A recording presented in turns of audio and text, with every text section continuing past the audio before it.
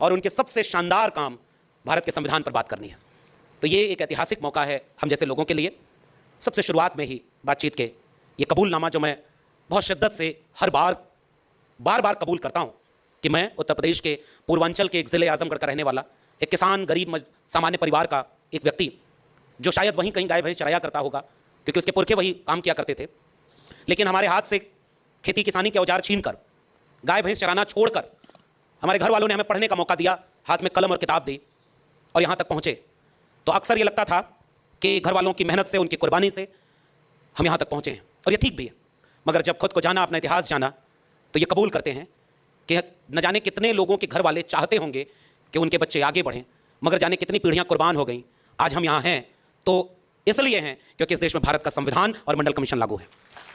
अगर भारत का संविधान लागू न हुआ होता तो शायद हम कहीं वहीं अपने इलाके में गाय भैंस चरा रहे होते। यहीं से मेरी शुरुआत है संविधान दिवस को याद करने की। संविधान ने हमें इंसान का दर्जा दिया, हमें बराबरी पर लाकर खड़ा किया, और संविधान को हम यहाँ से याद करते हैं। कभी फुर्सत मिले तो पढ़ना मुझे, कभी फुर्सत मिले तो पढ़ना मुझे, मैं तुम्हारी बेमिसाल उलझनों का समाधान हूं, मैं भारत का संविधान हूं। असल में जब भी हम भारत के संविधान को याद करते हैं, कुछ लोगों को मौका मिला तो उन्होंने किताब गीता कुरान लिखी।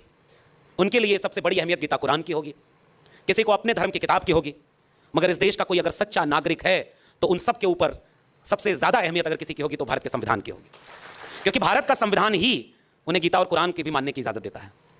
ये बहुत गहरी बात है। और भारत का संविधान एक ऐसा संविधान, इस संविधान की सबसे खूबसूरत बात देखिए कि ये भारत का संविधान उनके भी काम आ जाता है जो दिल से भारत के संविधान को नहीं मानते हैं। ये उनकी भी मदद करता है, और इसलिए हम इस संविधान को बहुत शिद्दत से याद करते हैं, और इसलिए हम उसे पूजने की नहीं, उसे पढ़ने, समझने और जीने की कोशिश करते हैं। इसलिए हम भारत के संविधान को सबसे बड़ी अहमियत रखते हैं। और आज जो विषय आपने इस पूरे आयोजन में मेरी बातचीत के लिए रखा है वो भारतीय संविधान की प्रस्ताविका, यानी भारत के संविधान की प्रस्तावना। और मेरे आगे ये लगा हुआ है वही प्रस्तावना, हमने शपथ ली उस प्रस्तावना की। ये वो वाक्य है जिसे बार बार दोहराना होगा। मैं हिंदी साहित्य का विद्यार्थी हूँ। हमारे एक कवि हैं जिनको लेकर बहुत तरह की बातें होती हैं। उन्होंने रामचरितमानस लिखा है, बाकी छोड़ देते हैं उसमें क्या है क्या नहीं। उस किताब में लिखते हुए उन्होंने कहा कि इसका बार बार अगर आप पाठ करेंगे तो आपके जीवन का कष्ट दूर हो जाएगा और आपको मोक्ष मिलेगा। मुझे नहीं पता कि उस किताब के पढ़ने से जीवन का कष्ट दूर होता है कि नहीं, मोक्ष मिलता है कि नहीं, मगर मुझे यह भरोसा है कि भारत के संविधान को बार बार पढ़ने से आपका कष्ट जरूर दूर हो सकता है और आप इस जीवन को बेहतर बना सकते हैं। इसलिए इस किताब को पढ़ने की जरूरत है, पूजने की जरूरत नहीं है। हमारे पुरखे उन्होंने किताब लिखे, और मैं सबसे पहले अपनी बातचीत की शुरुआत में एक बेहद दिलचस्प प्रसंग याद करना चाहता हूं, संविधान सभा की बहस का। हमारे पुरखे, जिसका 6 दिसंबर पर निर्माण दिवस आने वाला है, चंद रोज बाद वो दिन जो असल में दुख देता है, जिसने हमसे बहुत कम वक्त के मोहलत देकर के हमारे पुरखे को हमसे छीन लिया, वो 6 दिसंबर और 26 नवंबर के बीच में आज का कार्यक्रम हो रहा है। इसलिए हम संविधान को भी याद करेंगे और अपने पुरखे को भी याद करेंगे, जिसका रिश्ता गहरा है भारत के संविधान से। पढ़ने गए तो स्कूल से बाहर बिठा दिया, उनके शिक्षक ने उनसे जाति पूछ करके भेदभाव किया। बाल मन के बाबा साहब घर लौटे, मां से पूछा कि ये क्यों हमें पढ़ने का अधिकार नहीं। मां ने कहा क्योंकि हम उनके नीची जाति में आते हैं। बच्चे ने पूछा कि ये कहाँ लिखा, कैसे पता कि हम किस जाति में आते हैं। मां ने कहा किसी किताब में लिखा है कि हम सब छोटी जाति, नीची जाति से आते हैं। और बच्चे ने कहा कि मां, किताब में तो गलत भी लिखा हो सकता है, मुझे मौका मिलेगा तो मैं उस किताब को बदल दूंगा और ऐसी किताब लिखूंगा जिसमें इंसान बराबर होंगे, कोई छोटा या बड़ा नहीं होगा, और उस किताब का नाम है भारत का संविधान। इसलिए हम अपने पुरखे को याद करते हैं। इसलिए हम उन्हें याद करते हैं कि जिसे पढ़ने से बाहर बिठाया, उसने 32 डिग्रियां हासिल कर ली, विदेश में पढ़ाई की, 4 पीएचडी की डिग्री। अभी हमारे संबोधन में, हमारे परिचय में आदरणीय जो बोल रहे थे कि मेरे नाम के आगे डॉक्टर पहले लगा हुआ है, तो जब मेरे नाम के पहले डॉक्टर लगा सर, तो गांव में गया तो लोग अपना सरदर्द का इलाज की दवा पूछने लगे थे। तो हमने कहा देखो भाई, इस शारीरिक बीमारी के इलाज की दवा का डॉक्टर तो दूसरा है, हम तो समाज की बीमारी के इलाज की दवा करने के लिए काम कर रहे हैं। इसलिए हम डॉक्टर इन फिलॉसफी हैं, हम समाज के बीमारी को ठीक करने की कोशिश करते हैं। इसलिए हमारा प्रोफेशन भी शिक्षक का है। इसलिए मैं कोट करना चाहता हूँ, हमारे पुरखे को पढ़ने का मौका नहीं दिया, फिर भी उसने कलम नहीं छोड़ी। 32 डिग्रियां, 4 पीएचडी की डिग्री, और एक भी डिग्री फेक डिग्री नहीं थी। इशारे में समझ जाइए, सारी डिग्री ओरिजिनल थी। ये नहीं था कि कोई डिग्री मांगी तो ओरिजिनल डिग्रियां। हुनर और काबिलियत ऐसी कि उन्होंने अपने हुनर और काबिलियत से, जब भारत का संविधान बनने की प्रक्रिया शुरू हुई और चुना जा रहा था, तो बहुत सारे लोग ये बात समझते हैं कि एहसान कर दिया किसी ने बाबा साहब डॉक्टर भीमराव अंबेडकर को संविधान की प्रारूप समिति का अध्यक्ष बनाकर। मगर हकीकत यह है कि उस वक्त पूरे मुल्क में उनसे ज्यादा काबिल और हुनरमंद दूसरा कोई था ही नहीं जो संविधान सभा की प्रारूप समिति का अध्यक्ष बनाया जा सके। उतने पढ़े लिखे, उतने हुनरमंद थे। मैं गया हूं उस जगह, गुजरात के सयाजी बाग बड़ोदरा में, पुराने लोग जानते होंगे। बाबा साहब लौट कर आए तो नौकरी करने गए, और नौकरी भी ऑफिसर रैंक के थे। पढ़कर आए थे, अपनी काबिलियत से वो नौकरी जिसका वादा था वो करने गए, चपरासी फाइल फेंक कर दिया करता था, पीने का पानी अलग, और अपमान इतना, जलालत इतनी, रहने का घर नहीं दिया जाति देखकर। और जब इतना सब कुछ हुआ, एक जब बहुत ज्यादा ये अत्याचार बढ़ा, बाबा साहब टूट गए, वापस लौटने के लिए ट्रेन पकड़ने आए, तो आज भी वो जगह है संकल्प भूमि, जहां बैठकर वो रोए थे। मैं गया हूं उस जगह पर। बाबा साहब अंबेडकर का इतना अपमान, अगर वो देश छोड़कर भागने वाले होते तो इतनी डिग्रियां थी, विदेश में किसी भी देश में जाते, क्लास 1 की नौकरी होती, कोई जाति पूछकर भेदभाव नहीं करता, शान से जिंदगी जीते कि ये मुल्क रहने लायक नहीं है, इतना पढ़ लिख कर आए तब भी ये जातिवाद करते हैं, वो देश छोड़कर चले गए होते। मगर हमारे पुरखों का इतिहास ये है, वो भागने वाले नहीं, वो बदलने वाले थे। वहां उन्होंने संकल्प लिया कि मैं इतना पढ़ के लौटा हूं तो मेरे साथ इतना भेदभाव, मेरे समाज के साथ कितना भेदभाव होगा। वहीं संकल्प लिया कि अब इस मुल्क में रहकर, इस मुल्क की बेहतरी के लिए तब तक चैन से नहीं बैठूंगा जब तक अपने समाज को इस अपमान से मुक्त करने का बीड़ा न उठा लूं। इसलिए उस जगह को संकल्प भूमि के रूप में याद किया जाता है, और उस संकल्प को मैं याद करना चाहता हूं। और उस संकल्प की परिणति थी जो संविधान तक की यात्रा पहुंची। आजाद हुआ भारत तो इस देश में, इसकी आवाज थोड़ी ठीक करा दीजिए, अचानक बढ़ गई। तो जब देश आजाद हुआ तो कोशिश की गई कि बाबा साहब को गायब कर दिया जाए। यह हकीकत है इस देश की। बाबा साहब का पूरा लिखा हुआ कब प्रकाशित हुआ? 1980 के आसपास। जिसका आजादी में पूरा योगदान भी न हो, जिसके दिल में धर्म ज्यादा बड़ा अहमियत रखता हो, जिन लोगों ने इस देश में यह लिखा है, महाराष्ट्र के लोगों, आपकी भाषा में, आप ही के बीच के लोग थे, जिन लोगों ने यह लिखा कि ये कुंभी, किसान, तेली, कुम्हार संसद में बैठकर क्या करेंगे, उन लोगों को तो इस देश में पढ़ाया गया कि वो आजादी की लड़ाई के दीवाने थे, वो राष्ट्रभक्त थे।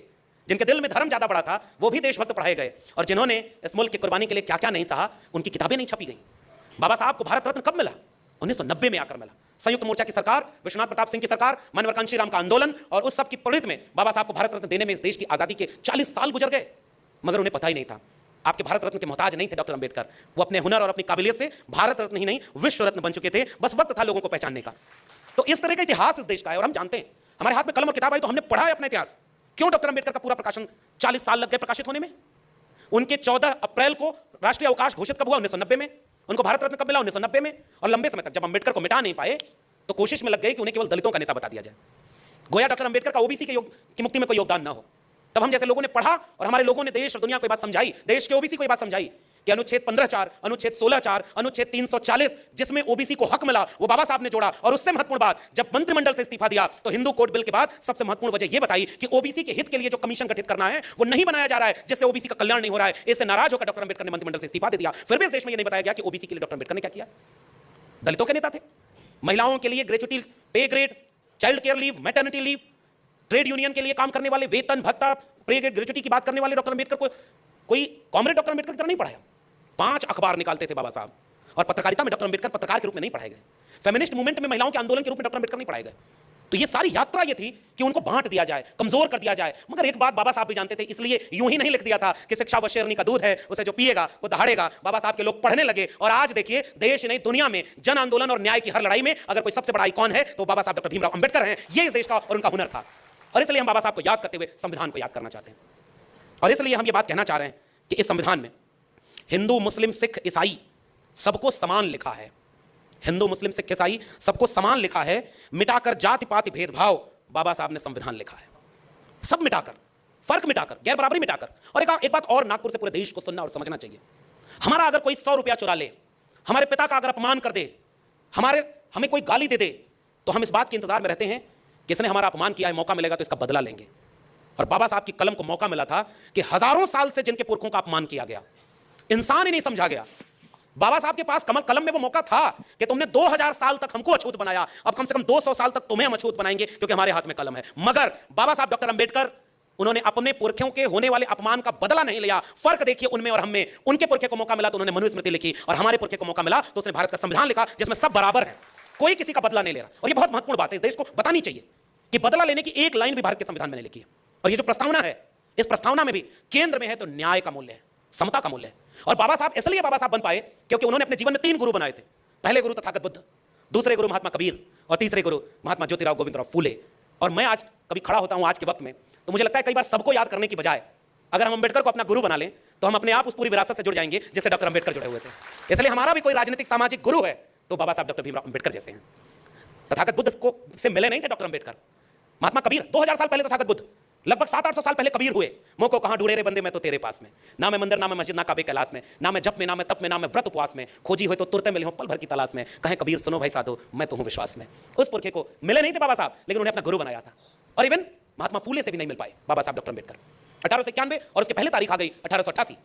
लेकिन मुझे याद है कि इन तीनों गुरुओं से बिना मिले उन्हें अपना राजनीतिक और सामाजिक गुरु मानते थे बाबा साहब। हम अपना सामाजिक और राजनीतिक गुरु बाबा साहब को मानते हैं। इसलिए इस बात को हम कहना चाहते हैं। और आप यहां से देखिए कि संविधान निर्माण की प्रस्तावना में एक बेहद दिलचस्प काम हुआ। उस दिलचस्प काम को मैं यहां से याद करना चाहता हूं क्योंकि बहुत सम्मानित मंच है, बहुत वैचारिक मंच है। मैं 2-3 नाम पढ़ रहा हूं। संविधान बनने की प्रक्रिया शुरू हुई है। देखिए संविधान की प्रस्तावना की शुरुआत कहां से की जाए, पहला शब्द क्या हो, इसको लेकर डिबेट शुरू हुई है संविधान सभा में। एक शख्स है जिसका नाम है HV कामत। इन्होंने सुझाव दिया कि भारत के संविधान की शुरुआत यानी प्रस्तावना की शुरुआत ईश्वर के नाम पर हम भारत के लोग से होनी चाहिए, यानी सबसे पहला नाम होना चाहिए ईश्वर। दूसरे शख्स हैं संविधान सभा में गोविंद मालवीय। गोविंद मालवीय ने एक संशोधन पेश किया और उस संशोधन प्रस्ताव में लिखा कि परमेश्वर सर्वोच्च प्राणी और ब्रह्मांड के भगवान की दया से भारत का संविधान शुरू होना चाहिए। अगले शख्स का नाम है कोई समथिंग सक्सेना। उन्होंने कहा कि प्रस्तावना में भगवान और गांधी का नाम शामिल होना चाहिए और इसके खिलाफ तर्कों पर विचार किया, जिसमें उन्होंने कहा कि भाई आर्य संविधान वो अपने शहीदों की याद से और भगवान की स्तुति से शुरू होता है, दुनिया के कई संविधान से शुरू होते हैं। अगले शख्स है गोविंद मालवीय। उनका दृष्टिकोण था कि मैं एक विभाजन चाहता हूं क्योंकि मुझे लगता है कि हम इस देश और इसके लोगों के साथ अन्याय कर रहे हैं और मैं जानना चाहता हूं कि इस विषय पर कौन क्या सोचता है। यह आरोप लगाने वाले तरीके से जो दक्षिणपंथी हिंदू विचार था कि कौन इस बात में सहमत है कि संविधान भगवान के नाम से शुरू होना चाहिए या नहीं होना चाहिए।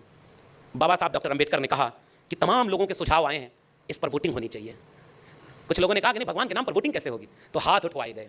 और यहां से इस देश के नागरिकों को एक बात समझनी होगी, उस हाथ उठवाने में कि भारत का संविधान किसी भगवान के नाम से शुरू हो, 41 यानी 41 लोग इसके समर्थन में थे, 68 लोग इसके खिलाफ वोट देते हैं। और उसके बाद बाबा साहब की चतुराई से यह देश का संविधान किसी भी और नाम के संबोधन से नहीं शुरू हुआ। इसका पहला लफ्ज है हम भारत के लोग यानी we the people of India, और इससे इस देश का संविधान शुरू होता है। और यह कोई सामान्य बात नहीं है। बाबा साहब अंबेडकर ने बहुत सोच विचार कर और उनके राय से कन्विंस लोगों ने हम भारत के लोग को सबसे बड़ा माना। और इसलिए मेरी नजर में ये जो हम भारत के लोग हैं, यही भारत है, यही देश है। किसी भूगोल के नक्शे पर खींच दी गई लकीर के बीच में आने वाले जमीन के टुकड़े से देश नहीं बनता है। देश वहां के लोगों से बनता है, वहां के नागरिकों से बनता है। और यह बात संविधान सभा के समझदार लोग समझते थे। इसलिए उन्होंने इस प्रस्तावना की शुरुआत की है, we the people of India, हम भारत के लोग। और जैसे ही हम भारत के लोग हैं तो तमाम भेद तो यूं ही मिट गए, कौन बड़ा कौन छोटा। क्योंकि यह देश तो ऐसा देश रहा है, कुछ लोगों ने इस बात का भी ध्यान नहीं रखा कि भाई तुम लिख कर जा रहे हो अपने धर्म ग्रंथ में, तो एक दिन ऐसा आएगा लोग पढ़ेंगे और कहीं हंसने न लगे कि दुनिया में इंसान एक तरह पैदा हुआ और तुमने अपने को श्रेष्ठ दिखाने के लिए कहा कि हम मुख से पैदा हुए हैं। ये बात सुनकर के आज कोई हंसेगा ही। इस देश के प्रधानमंत्री जब विदेश में जाते हैं तो दोनों बाहें फैलाकर कहते हैं कि मैं युद्ध के देश से नहीं बुद्ध के देश से आया हूं, और जब भारत लौटते हैं तो बुद्ध के खिलाफ युद्ध छेड़े हुए हैं। इस बात को नागपुर से ज्यादा कौन बेहतर समझ सकता है। समझदार को इशारा काफी। तो वो युद्ध जो बुद्ध को याद कर रहे कहां, और देश बदल रहा है, समय बदल रहा है। देखिए सर्वोच्च न्यायालय में बाबा साहब की मूर्ति लगाने में भी आजादी का अमृतकाल आ गया। 75 साल लग गए कि बाबा साहब की मूर्ति वहां पर लगाई जाए, लेकिन वो एक ऐतिहासिक दिन था। आज उस देश में न्याय की सबसे बड़ी संस्था जिसमें मनु को सबसे बड़ा न्यायाधीश माना था लोगों ने, उसके सीने पर चढ़कर एक बैरिस्टर बाबा साहब अंबेडकर की तस्वीर सर्वोच्च न्यायालय के सामने खड़ी है, जो रात के अंधेरे में भी डराएगी अगर किसी ने अन्याय की कोशिश की थी तो। इसलिए इन तस्वीरों और इन मूर्तियों की अहमियत होती है। हमारा खौफ उनसे पूछो जो हमारे पुरखों की मूर्तियों से भी डर जाते हैं। आज तक इस दुनिया में सबसे ज्यादा मूर्ति बनी तो तथागत बुद्ध की, और सबसे ज्यादा मूर्ति तोड़ी गई तो बाबा साहब अंबेडकर की। ये इस देश की सच्चाई है, और इसलिए हम we the people of India पर बात करने आए। उन्होंने क्या कुछ नहीं सहा था, फिर भी आप देखिए कि सबकी मुक्ति और आजादी की लड़ाई की आजादी के लिए इस संविधान में सब कुछ लिख दिया। मैं एक और कोट करना चाह रहा हूं, बहुत गंभीर परिषद बैठी हुई है। अब भारत को समझने के लिए यहां से एक नई दिशा से देखिए। बाबा साहब अंबेडकर के बाद जो दूसरा नाम मैं लेना चाह रहा हूं उस संविधान सभा में, वो मरांग गोमके आदिवासी नेता, भारत राष्ट्र के निर्माता जयपाल सिंह मुंडा का नाम लेना चाह रहा हूं, जिन्होंने संविधान सभा की बैठक में खड़े होकर इस देश के मूल निवासियों के लिए क्या कहा है। मैं चाहता हूं कि इस पूरे कोटेशन को आप सुने और पूरा देश पढ़े कि हमारे लोगों ने कैसे इस देश के संविधान को बनाने की कोशिश की। पहला सवाल क्या था जयपाल सिंह मुंडे ने कि हमारे इतने 3 करोड़ लोग आदिवासी हैं और संविधान सभा में केवल 5 लोग 6 लोग हैं आदिवासी तबके से नुमाइंदगी करने के लिए। और मरांग गोमके जयपाल सिंह मुंडा ने संविधान सभा में एक और सवाल पूछा कि इनमें एक भी महिलाएं नहीं है। सोचिए, बाबा साहब अंबेडकर जेंडर मूवमेंट के नेता हैं। महात्मा ज्योतिबा फूले महात्मा बन ही नहीं पाते अगर उनके साथ सावित्रीबाई फूले खड़ी ना होती। और यह बात मैं पूरे दावे से कहना चाहता हूं। लोग नहीं पढ़ाना चाहते थे, कलम हाथ में लेकर 2 साड़ी लेकर किसी का गोबर सहते हुए, किसी का पत्थर झेलते हुए, पूरे भिड़ेवाला की गलियों में गुजरते हुए सावित्रीबाई फूले ने अपने बच्चों को पढ़ाने के लिए कलम और किताब हाथ में दी। इसलिए मैं कह रहा हूं भारत वहां से बना जहां सावित्रीबाई फूले गोबर सह रही थी और पत्थर सह रही थी शिक्षा देने के लिए। कल्पना करिए कि देश कहां था खड़ा कि आप स्कूल खोलेंगे तो आपको घर से निकाल दिया। स्कूल खोलने का ही गुनाह था ना। गोविंद राव फूले के घर जाकर के ब्राह्मणों ने वहां के समझाया कि तुम्हारा बेटा धर्म के खिलाफ काम कर रहा है। पिता ने साफ कहा कि तुम या तो घर चुनो या स्कूल चुनो। अगर एक अच्छे पुत्र बनकर के ज्योतिबा फूले घर चुन लिए होते तो ये मुल्क कभी ऐसा बन ही नहीं पाता, मगर घर छोड़ करके अपना स्कूल चुना ज्योतिबा फूले ने। इसलिए आधुनिक भारत के निर्माता में भी सबसे बड़ा नाम ज्योतिबा फूले का आता है, क्योंकि कलम और किताब हाथ में लेती ना। और गोबर फेंकने वाला कौन था? एक इतिहास नागपुर के लोगों, आपसे बेहतर कौन समझेगा? कोई जानता है क्या कि उसका नाम क्या था जिसने सावित्रीबाई फुले के ऊपर गोबर फेंका था? इतिहास में मिट गए वो लोग जो हमारे लोगों के ऊपर गोबर फेंकते थे। अमर हो गई सावित्रीबाई फुले। जब तक कलम और किताब जिंदा रहेगी तब तक सावित्रीबाई फुले जिंदा रहेंगी। ये फर्क होता है इंसानियत और इसके बीच में। और एक और वाक्य कही दूं, जो कल सावित्रीबाई फुले के ऊपर गोबर फेंका करते थे, उनके वारिस ही आजकल गोबर में विज्ञान ढूंढते हैं। फ्लाइट्स, होटल्स एंड मोर सब मिलेगा अगोड़ा पे। 5 ग्राम गोबर खा लीजिए तो कोरोना ठीक हो जाएगा। थोड़ा सा गोबर लीप लीजिए तो वायरस से बच जाएंगे। अब मैं तो कहता हूं थोड़ा रोज गोबर का सेवन करें वो लोग, ताकि दिल बड़ा हो जाए और इंसान बन जाए, अगर गोबर में क्षमता बची हो तो। आप पशु के सामने रख दीजिए हलवा और गोबर, वो कभी गोबर नहीं खाएगा। और इंसान क्या क्या खा रहा है, अब इससे ज्यादा और कुछ नहीं कहूंगा। समझदार को इशारा काफी। आजादी के 75 साल बाद क्या आप इस देश को वहां ले जाना चाहते थे जहां कोई बाबा बैठकर पर्चा बनाकर किस्मत बताए और टेलीविजन पर बैठकर कहा जाए कि ये ऊपर से उतरे हैं, इनको चमत्कार मिला है कि ये पर्चा बताकर भविष्य बता देते हैं? मैं पूछना चाहता हूं कि उस बाबा ने अपने पर्चे में क्यों नहीं लिख दिया कि जो 41 श्रमिक मजदूर टनल में फंसे थे तो 15-20 दिन गुजर गया, उनको कैसे बाहर निकाला जाए, इसका भी पर्चा बना देते तुम? पेट्रोल डीजल 35 रुपया लीटर मिलेगा, आपने वोट दिया था कि नहीं? वो बेच रहे हैं भारत को, मैं चैन से कैसे सो जाऊं। वो लूट रहे हैं भारत को, खामोश में कैसे हो जाऊं। हाँ, मैंने कसम उठाई है, मैं देश नहीं बिकने दूंगा। सौगंध मुझे इस मिट्टी की, मैं देश नहीं बिकने दूंगा। समझदार को इशारा काफी। कौन ये नारा लगाया था? और जैसे ही प्रधानमंत्री बने, रेल बेच दिया, बैंक बेच दिया, LIC बेच दी। आप लोग तो गवर्नमेंट इंप्लॉय हो। मैं देखो ज्यादा नहीं बोलूंगा ताकि आप लोगों के ऊपर कोई आंच ना आए। हम तो वैसे ही उनके रडार पर हैं, वो रोज हमें खोजते हैं कि ये जाकर लोगों को जगा रहा है, इसलिए सबसे बड़ा दुश्मनी है। तो फिर भी लेकिन इशारे में बात तो बोलूंगा ही। आपने वादा किया था कि कुछ नहीं बेचेंगे, और जैसे मौका मिला सब बेच रहे हो। क्या नहीं बिक रहा है बताइए? सरकारी नौकरी और सरकारी शिक्षा तो ही जगह आरक्षण बचा था, सब कुछ बेच दिया। एरोप्लेन बेच दिया, हवाई चप्पल वाले को हवाई जहाज में उड़ाएंगे, हवाई जहाज बेच दिया। हवाई चप्पल वाला नीचे देखा तो हवाई चप्पल भी बिक गया है।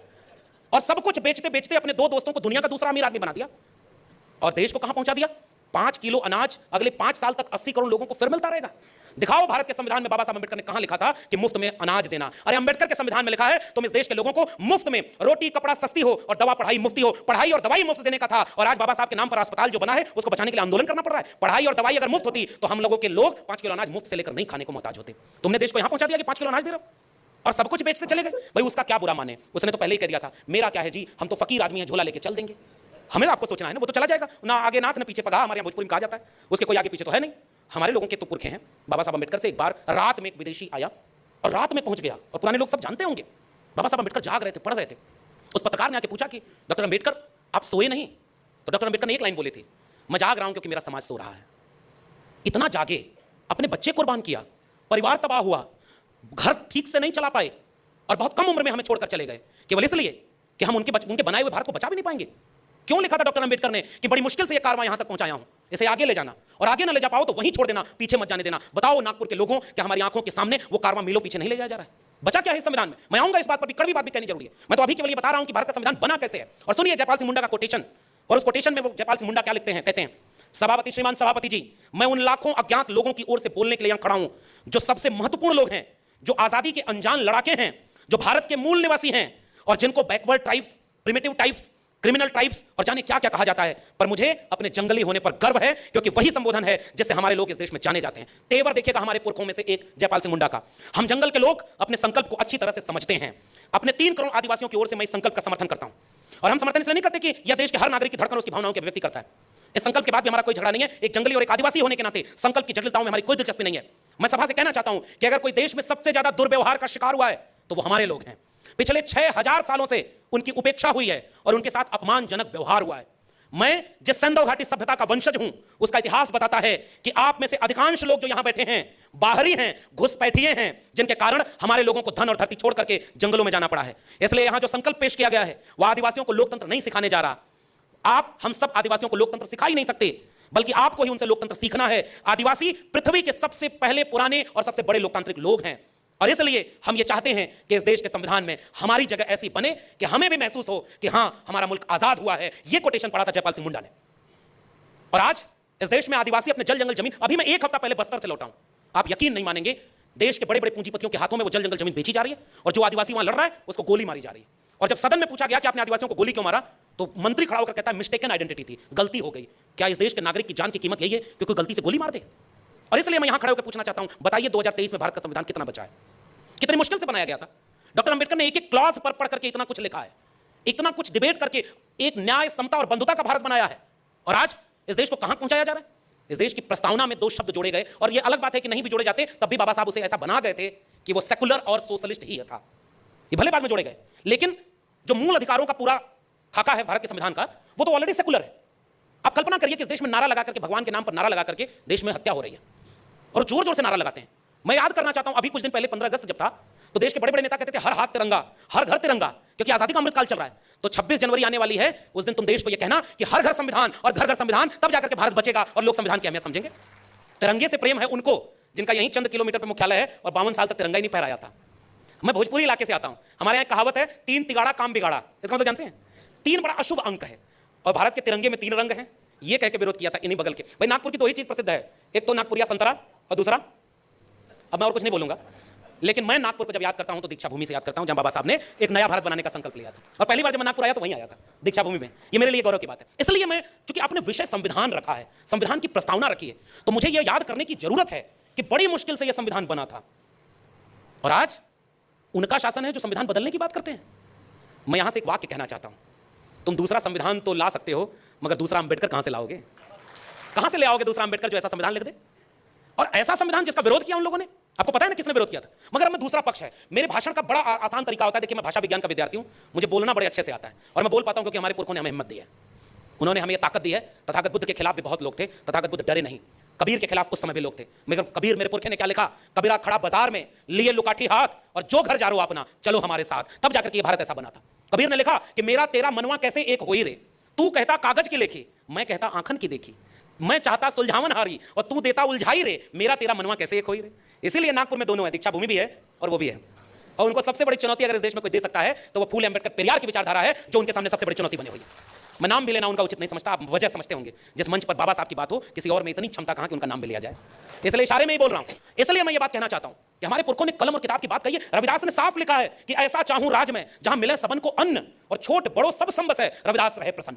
छोटे बड़े को मिलाने की बात थी ना। और ध्यान से पढ़िए, संविधान में आपको रविदास नजर आएंगे, इस संविधान की प्रस्तावना में आपको कबीर नजर आएंगे, इस संविधान की प्रस्तावना में आपको गुरु नानक नजर आएंगे, पलटू दादू भीखा बुल्ले शाह बाबा फरीद याद आएंगे। इस संविधान कोई मामूली संविधान नहीं है। इस संविधान की प्रस्तावना में आपको बुद्ध नजर आएंगे। जब भी समता की बात होगी, जब भी न्याय की बात होगी, तो बुद्ध इसमें मिलेंगे।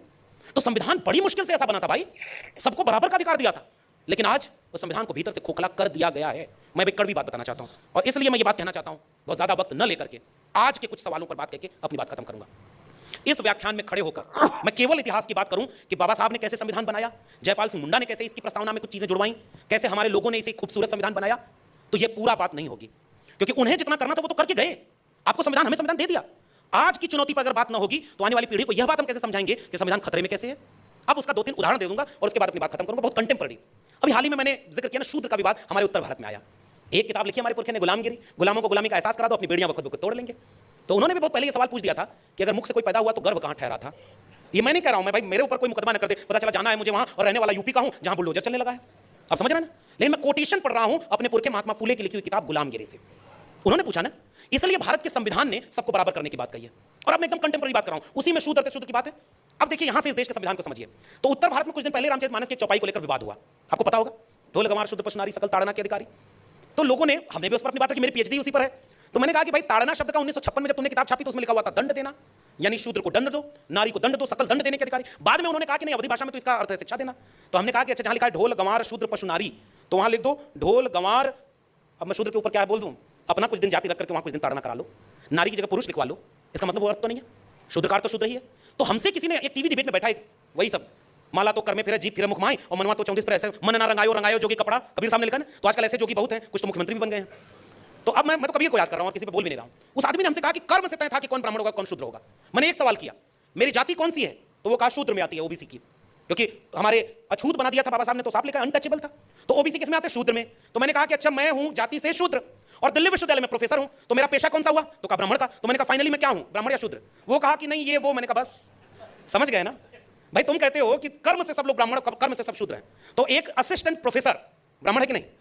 वो तुरंत कहा नहीं नहीं वो वाला ब्राह्मण नहीं। हमने कहा बस अब यहां से सुनो, ये संविधान बनने का मतलब क्या था? कोई ब्राह्मण कोई शूद्र नहीं होगा ना। बाबा साहब अंबेडकर का 2 कोटेशन जो सब लोग जानते हैं, फिर भी पढ़ना जरूरी है। 26 नवंबर 1949 का भाषण, और डॉक्टर अंबेडकर ने कहा कि आज से हम अंतर विरोधों के दौर में प्रवेश कर रहे हैं। हमने एक व्यक्ति एक वोट का अधिकार देकर राजनीतिक बराबरी तो दे दी, मगर यदि इस देश में सामाजिक और आर्थिक गैर बराबरी दूर नहीं हुई तो राजनीतिक बराबरी के कोई मायने नहीं निकलेंगे। डॉक्टर अंबेडकर ने चेतावनी दी थी। आज आपको क्या लगता है सामाजिक और आर्थिक गैर बराबरी दूर हुई? आज भी घोड़ी चढ़ने पर किसी को मारा जाता है, आज भी मूंछ रखने पर कोई मारा गया। संविधान दिवस पर मैं याद करना चाहता हूं अपने बच्चे इंद्र मेघवाल को, जिसको पानी पीने के मटके को छू देने पर मारा गया। मैं याद करना चाहता हूं हाथरस की अपनी उस बहन बेटी को जिसकी जाति देख करके उसको अमानवीय प्रताड़ना दी गई। क्या मिट गया भेद? रोहित वेमुला आपको याद है कि नहीं? डॉक्टर पायल तड़वी आपको याद है कि नहीं? और ये सब आजादी का अमृत काल के पूरा होने के समय की बातें हैं। अब आइए उस विषय पर।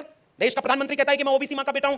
जब तक गुजरात के मुख्यमंत्री रहे तो ओबीसी नहीं याद आया, अब आके आपको ओबीसी याद आया। और जब ओबीसी जाके और कहा जाति जनगणना करानी है तो कहा मेरी नजर में केवल एक ही जाति होती है, वो है गरीब। जब वोट लेना हुआ तो ओबीसी बन गए, और जब अधिकार मांगा ओबीसी ने तो कहा कि हम गरीबी हैं, गरीब को ही वोट देते हैं। 35 साल भीख मांगी, 35 साल भीख मांगी। अरे भाई, हमारे पुरखों ने लिखा कि जो मांगने गया वो मर गया। तब जाकर के हम ये पूछना चाहते हैं कि ये बराबर का समाज कैसे हुआ? और हम पूछना चाहते हैं कि आजादी के 75 साल बाद इस देश में SC ST OBC प्रोफेसर कितने बने? यहां से भारत का संविधान बचेगा। आप सेंट्रल गवर्नमेंट के बहुत सारे इंप्लॉइज लोग हैं और भी बहुत सारे लोग आए हुए हैं। बताइए, पुराने लोग जितने सरकारी नौकरी पाए थे अब उससे संख्या बढ़ रही है, घट रही है? घट रही है। पुरानी पेंशन बंद हो गई। ये वाला जो आज का प्रधानमंत्री है, इसके पुराने वाले थे, उन्होंने पेंशन बंद की तो इसने सोचा कि नौकरी खत्म कर देते हैं, सरकारी नौकरी खत्म। 1% से भी कम सरकारी नौकरी बची है। तो संविधान में लिखा है कि आरक्षण मिलेगा, तो आरक्षण सरकारी शिक्षा और सरकारी नौकरी में था। अब मैं आपको संकेत दे रहा हूं कि कैसे संविधान भीतर से खत्म किया गया। सरकारी शिक्षा को खत्म करने के लिए पॉलिसी लाई गई है, नई शिक्षा नीति 2020। मैं प्रोफेसर हूं, मेरी जिम्मेदारी ये बात कहने की। संविधान की प्रस्तावना कहता है कि न्याय और समता होनी चाहिए ना। किसी की जेब में पैसा हो तो उससे तय ना हो कि उसका बेटा बेटी अच्छे स्कूल में पढ़ेगा या नहीं पढ़ेगा। और ये काम राज्य का है, सरकार का है। और सरकार करिए, मंदिर बनाएंगे वहीं बनाएंगे, हॉस्पिटल वहीं क्यों नहीं बनाओगे, स्कूल वहीं क्यों नहीं बनाओगे? ये संविधान कहता है। और इस संविधान के आलोक में आपसे कहने आया हूं कि कैसे भारत का संविधान अंदर से खोखला कर दिया गया है। नई शिक्षा नीति 40% सिलेबस ऑनलाइन मोड में चला गया है, ऑनलाइन मोड में। वैकेंसी 40% खत्म, और अब प्राइवेटाइजेशन हो रहा है, सेल्फ फाइनेंस कोर्सेज आ रहे हैं। और सरकार पहले UGC से चलती थी, पढ़े लिखे लोग हैं यहाँ। और ये बात आपको इसलिए कह रहा हूं क्योंकि गांव के लोगों को उनकी भाषा में समझाइएगा। हम आपकी भाषा में अलग बोल रहे हैं, लेकिन गांव वालों को समझाइए कि कलम पकड़ने का अधिकार संविधान ने दिया था और कलम छीन ली गई है और आपसे कहा जा रहा है त्रिशूल और तलवार पकड़ लो। ये खतरा है भारत के संविधान पर। वो कह रहे हैं कि ऑनलाइन मोड में सिलेबस सेल्फ फाइनेंस बनेगा। सेल्फ फाइनेंस का मतलब समझ रहे हैं? अपने से वो खर्चा उठा ले। पहले इस देश में UGC हुआ करती थी, यूनिवर्सिटी ग्रांट कमीशन। सरकार पैसा देती थी कि ताकि सरकारी शिक्षा मिले, गरीब, कमजोर, मजलूम, दलित, पिछड़े, आदिवासी, किसान, मजदूर के बच्चे भी अच्छे DU और JNU में पढ़ें और अंबेडकर के वारिस बने। सरकार ने कहा कि अब पैसा हम नहीं देंगे, अब लोन देंगे। HEFA, higher education funding agency, agency सरकार की लोन देगी इंस्टीट्यूट को, और इंस्टीट्यूट को लोन वापस करना होगा। तो जब लोन वापस करना है तो इंस्टीट्यूट कम लोन लेना चाहेगा और सोचेगा पैसा अपने से जनरेट करें। और पैसा जनरेट कराने के लिए उसके पास क्या होगा? विद्यार्थी की फीस। और फीस आज की डेट में 400% तक बढ़ गई। इलाहाबाद विश्वविद्यालय की फीस 440% बढ़ा दी गई। वहां के बच्चे जब आंदोलन किए तो सारे बच्चे जेल में हैं। बताइए भारत का संविधान कहां बचा है? फीस 400%। और बताइए सबसे पहले शिक्षा से दूर कौन होगा? जिसको सबसे आखिर में शिक्षा मिलना शुरू हुई थी। सही कह रहा हूं, गलत कह रहा हूं? इस देश के दलित, पिछड़े, आदिवासी बच्चे तो पहली बार अभी ढंग से यूनिवर्सिटी पहुंचना शुरू हुए, और आपने एजुकेशन बेच दी। संविधान यहां से खत्म किया जा रहा है। और अगर सरकारी शिक्षा बिक गई तो आरक्षण आधा खत्म हो गया कि नहीं हो गया? प्राइवेट में तो कोई आरक्षण नहीं है। और दूसरा सरकारी नौकरी, उसकी हालत हमसे बेहतर आप जानते हैं।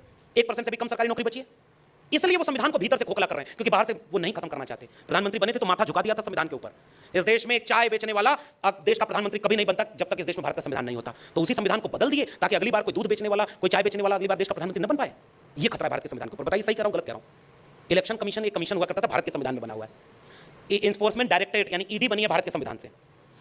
चीफ इलेक्शन कमीशन की नियुक्ति कैसे होगी? भारत के संविधान में लिखा हुआ है। और सारा नियम उन्होंने बदल दिया है। अब जहां चुनाव आता है तो उनकी पार्टी बाद में प्रचार करने जाती है, पहले उनका इलेक्शन डिपार्टमेंट पहले चला जाता है। ED, CBI, विपक्ष के नेताओं को पकड़ो, जेल में डाल दो। संविधान कितना बचा है? EVM से वोटिंग होती है। EVM पर और ज्यादा बोलने का मतलब नहीं है। मशीन दिमाग हैक कर लिया, मशीन की बात ही छोड़िए। यह संविधान पर खतरा है। अगर संवैधानिक संस्थाएं ही बर्बाद हो जाएंगी तो संविधान बचेगा किससे? संविधान किसी इस प्रस्तावना या उससे बना हुआ कोई दस्तावेज का नाम नहीं है। बाबा साहब की दूसरी चेतावनी याद करना चाहता हूं। दुनिया का कोई भी संविधान कितना भी अच्छा क्यों ना हो, अगर उसे लागू करने वाले लोग अच्छे ना हुए तो वो संविधान कागज का पुलिंदा मात्र बनकर रह जाएगा। ये चेतावनी डॉक्टर अंबेडकर ने 26 नवंबर 1949 को इस देश को दे दी थी। संविधान कितना भी अच्छा क्यों ना हो। और डॉक्टर अंबेडकर ने तो यहां तक कह दिया था कि इसकी हालत यह है कि अगर मौका मिलेगा तो मैं ही इसको सबसे पहले नकार दूंगा। बोला था कि नहीं डॉक्टर अंबेडकर ने? इसलिए क्योंकि इसको लागू करने वाले लोग ठीक नहीं है। और आज संविधान खतरे में है। नागपुर के लोगों, हमें इस खतरे को गांव-गांव तक पहुंचाना पड़ेगा, क्योंकि हमने संविधान का लाभ लिया है। आने वाली पीढ़ियां 25 साल बाद पूछेंगी कि तुम जब थे तो सरकारी नौकरी थी, तुम जब थे तो सरकारी शिक्षा थी, तुम जब थे तो संविधान जिंदा था, तुम हमारे लिए कौन सा भारत छोड़ के गए? उनका धर्म वाला राष्ट्र बनाने वाला। 24 का चुनाव आ रहा है और उन्होंने ये कह दिया है कि संविधान बदलेंगे। पता है कि नहीं? किसी और ने नहीं कहा। इस देश के प्रधानमंत्री के आर्थिक सलाहकार ने लेख लिख करके कहा है कि अब इस देश के संविधान को बदल देने की जरूरत है। और ये तथ्य तो सबको पता होगा।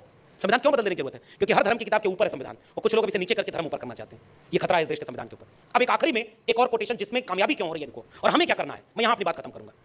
अब भारत के संविधान का आर्टिकल 51A वो कहता है कि इस देश में लोगों को, अच्छा शिक्षा आपकी पहले ही बर्बाद कर दी, अब पढ़े लिखे लोग हैं नहीं, नौकरी आपको मिलेगी नहीं, तो 5 किलो अनाज तो 5 साल मिलेगा, आप कहेंगे उसी में सब कुछ मिल रहा है। तो शिक्षित जनता नहीं है तो संविधान को जानेगी कैसे? आज हमारे सामने चुनौती है। मैं अभी बस्तर गया था तो वहां के लोगों ने पतले पतले संविधान छपवाए थे, आसान भाषा में छपवाया था, और गांव में उसे बांटते हैं कि संविधान को पढ़ो, इसमें तुम्हें ये अधिकार मिला है। हमारे लोग अभी यही नहीं जान पाए कि संविधान से हमें मिला क्या है। तो पहला निवेदन मेरा पूरे देश के लोगों को यही रहता है कि आप अपने लोगों को, हमारे लोगों को यह बात समझाइए कि संविधान नहीं था तो पढ़ने का अधिकार नहीं था, संविधान नहीं था तो तालाब से पानी नहीं पी सकते थे। और ये तो महाराष्ट्र की जमीन है।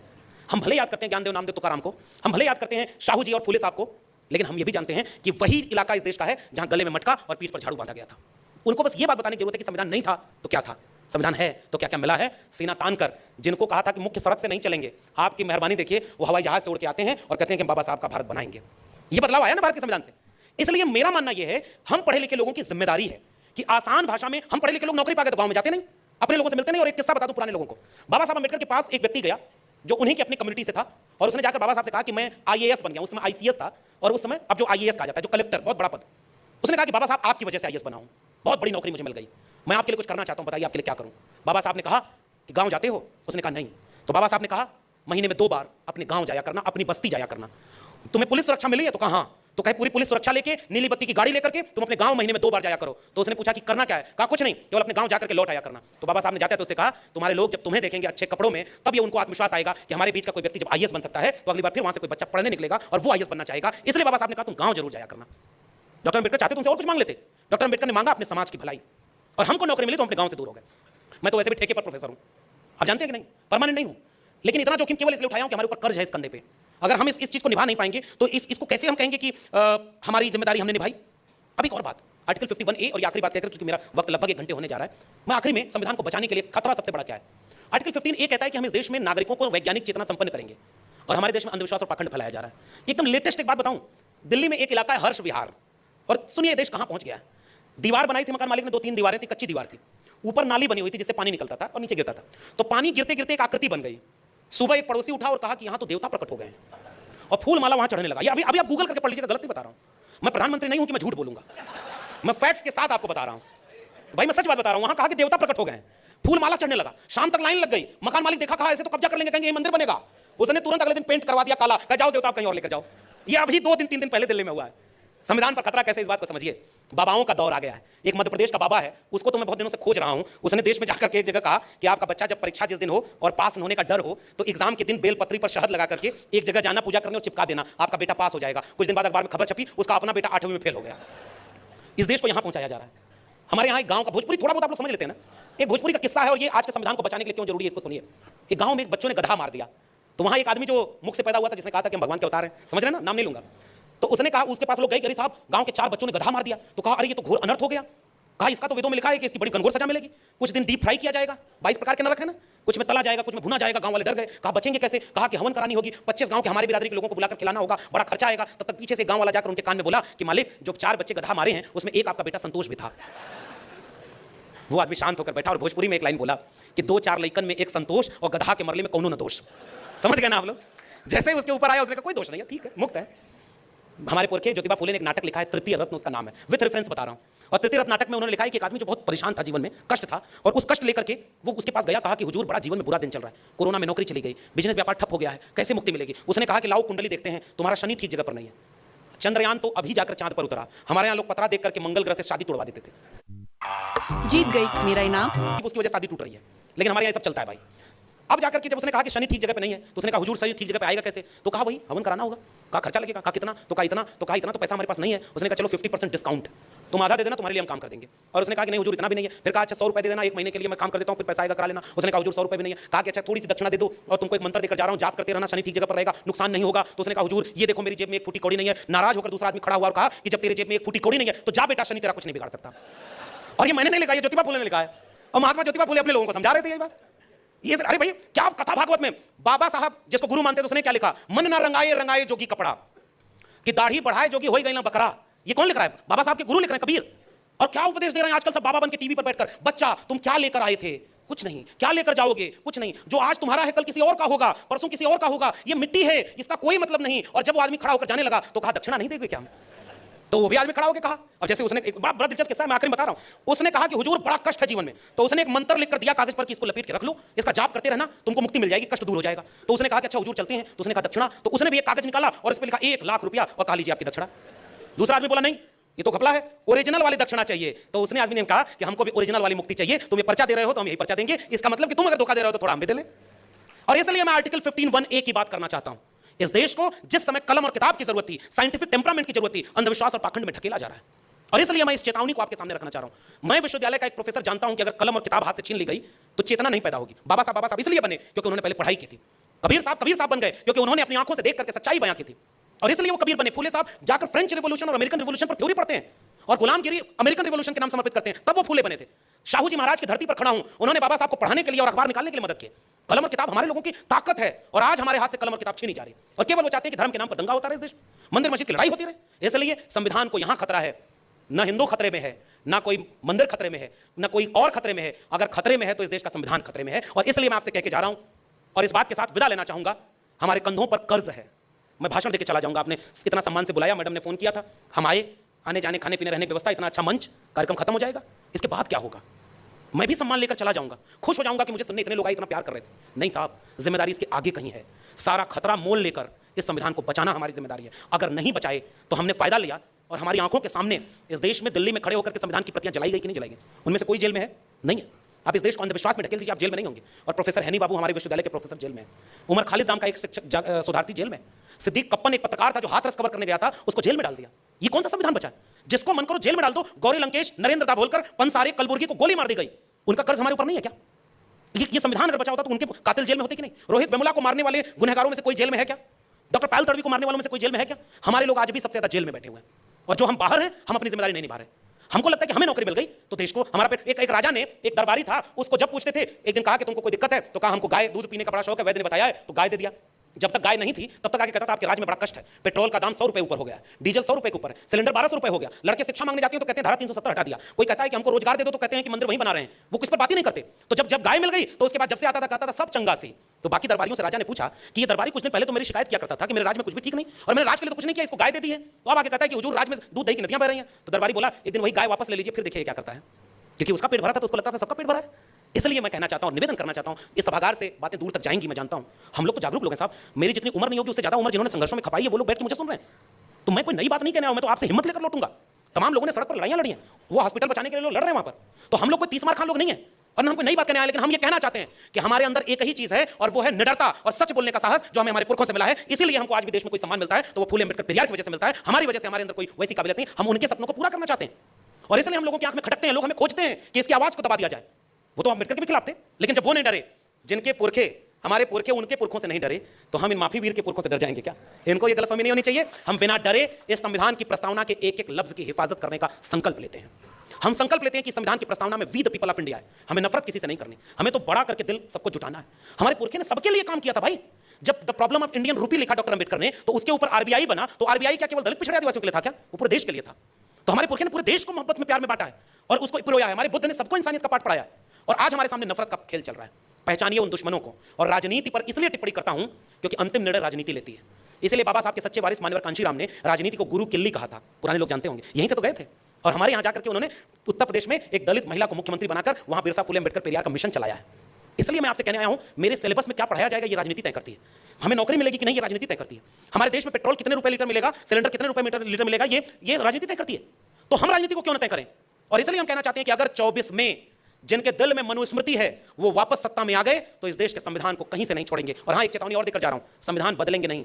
इस भ्रम में नहीं रहना चाहिए कि किसी दिन घोषणा होगी कि आज से संविधान बदला जा रहा है। नहीं, संविधान यही रहेगा, मगर अंदर से उसे ऐसा खोखला कर दिया जाएगा कि हमारे लोग वापस उस गुलामी में पहुंच जाएंगे जिस गुलामी से आजादी की लड़ाई फूले अम्बेडकर पेरियार ने अपना सब कुछ कुर्बान करके लड़ी थी, और वो होगी मानसिक गुलामी।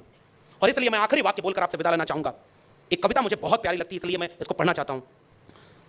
खुददार मेरे शहर का फांकों से मर गया, राशन जो आ रहा था अफसर के घर गया। भारत को समझिए आज क्या हो रहा है। चढ़ती रही मजार पर चादर तो बेमिसाल, बाहर जो एक फकीर था सर्दी से मर गया। रोटी अमीरे शहर की कुत्तों में बट गई, फाका गरीबे शहर का बच्चों को मिल गया। चेहरा बता रहा था कि मारा है भूख ने, हाकिम ने कह दिया कि कुछ खा के मर गया। बंटवारा है साहब इस देश में। ऑक्सफैम की रिपोर्ट बताती है 1% लोगों के पास 73% संपत्ति का कब्जा है। गरीब और गरीब होता जा रहा है, अमीर और अमीर होता जा रहा है। इसी की चेतावनी डॉक्टर अंबेडकर ने 26 नवंबर 1949 को दी थी। सामाजिक और आर्थिक गैर बराबरी दूर नहीं हुई, बढ़ती जा रही है। और हमारे सामने अब आकर देखिए, गरीब को इतना गरीब किया जा रहा है कि वो मजदूर बन जाए। और बाबा साहब ने उसको शासक बनाने के लिए कहा कि जाओ अपने घर की दीवारों पर लिख दो कि तुम इस देश के शासक हो। शासक छोड़िए साहब, हम नागरिक भी बचा लिए ना तो हमारा कर्ज उतर जाएगा, और इसके लिए जोखिम लेना पड़ेगा। और मैं आपसे ये कह के जा रहा हूं, चारों तरफ आग लगी। मेरा बिंब सबसे प्रिय बिंब है। एक जंगल में आग लगी साहब, तो उस कविता लिखी है, और ये आखिरी में बोलकर अब मैं अपना वाक्य पूरा कर रहा हूं। आग लगी इस वृक्ष को, जलने लागे पात, उड़ते क्यों नहीं पक्षियों जब पंख तुम्हारे पास। एक पेड़ को आग लग गई तो उसके असली तो अभी इसके बाद है, इसको समझिएगा। पेड़ को आग लगी तो पक्षी कुछ जलने लगे, उसी पर उड़े नहीं। तो एक कवि ने देखकर पूछा कि आग लगी इस वृक्ष को, जलने लागे पात, उड़ते क्यों नहीं पक्षियों जब पंख तुम्हारे पास। उन चिड़ियों का जो जवाब है वो मेरा जवाब है। फल खाएं इस वृक्ष का, वो गंदे कीन्हे पात, धर्म हमारा यही है, जले इसी के साथ। इस पेड़ का हमने फल खाया है, इस संविधान का हमने लाभ लिया है। आज बचाने की बारी आई तो हम अपना परिवार बचा रहे हैं, हम अपनी नौकरी बचा रहे हैं, हम अपनी जिंदगी बचा रहे हैं। उसी जंगल में आग लगी तो एक चिड़िया चोंच से एक बूंद पानी ले आती और आग पर डाल देती, और फिर जाती एक बूंद पानी लाकर आग पर डालती। बाकी पक्षी हंस रहे थे, इतनी बड़ी जंगल की आग लगी है, वो तुम्हारे एक चोंच के एक बूंद पानी से बुझ जाएगी। और हमारे समाज के लोग भी हंसते हुए कहते हैं तुम्हारे बचाने से देश बच जाएगा, तुम्हारे बचाने से संविधान। अरे तुम अपनी नौकरी बचाओ पहले। मेरे भी घर वाले कहते हैं बड़ा बोलता रहता है, इसका तो कुछ भरोसा नहीं, कम से कम परमानेंट प्रोफेसर हो गया होता तो भी बात रहती। हमने कहा कि परमानेंट प्रोफेसर तो जाने कितने हुए और होते रहेंगे। हमारे वाइस चांसलर को भी उतने लोग नहीं सम्मान देते होंगे जितना आपने हमें मोहब्बत दी। तो ये डिग्री का सम्मान नहीं है, विचार का सम्मान है। और इसलिए ये वाक्य कह के जा रहा हूं। और ये जंगल में आग लगी है साथियों, इस बात को यहां कड़वी बात कहना जरूरी है, क्योंकि वो आग की लपट हमें महसूस नहीं हो रही, इसलिए हमें लग रहा है कि आग हमारे देश में नहीं लगी। तो वो चिड़िया एक बूंद पानी से जंगल की आग पर पानी डाल के उसे बुझा रही थी, बाकी पक्षी हंस रहे थे। चिड़िया ने जवाब दिया कि मैं जानती हूं कि मेरे एक बूंद पानी से ये जंगल की आग नहीं बुझेगी, मगर जब इस जंगल की आग का इतिहास लिखा जाएगा तो मेरा नाम आग लगाने वालों में नहीं, आग बुझाने वालों में शामिल होगा। इसलिए हम इस बात को कहना चाहते हैं और इसलिए कह के जा रहे हैं, संविधान बचाने की इस लड़ाई में याद रखिएगा, हमारे आपके होने न होने का